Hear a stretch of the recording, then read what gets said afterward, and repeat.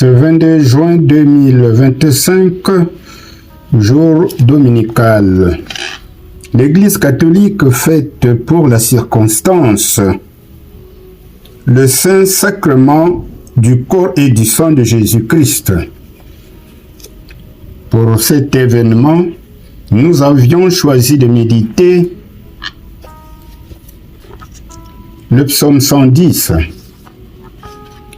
Le psaume 110 nous parle du Messie. Le roi est prêtre pour toujours.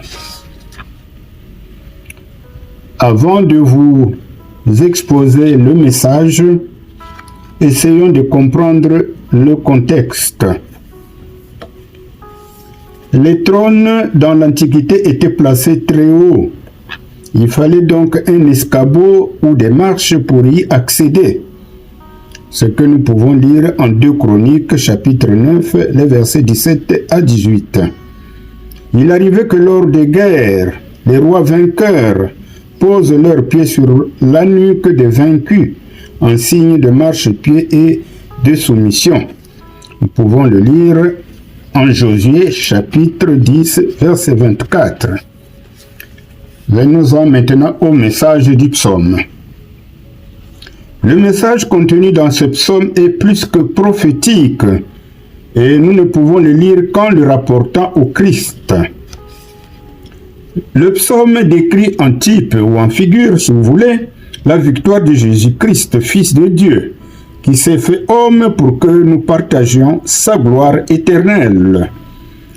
Les auteurs du Nouveau Testament montrent clairement que l'idéal de l'Évangile est pleinement réalisé en Christ lui-même. Christ le démontre en posant la question suivante aux pharisiens. « Parlez-moi du Messie. À votre avis, de qui est-il fils ?»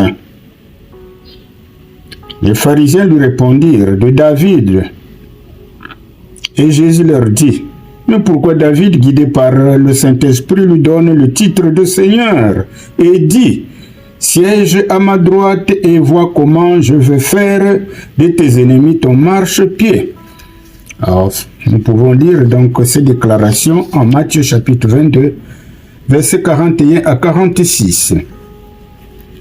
En un mot, le psaume 110 annonce en type un roi qui aura la fonction de prêtre et l'office royal. Comme ce psaume est du recueil de David, nous pouvons alors dire que David a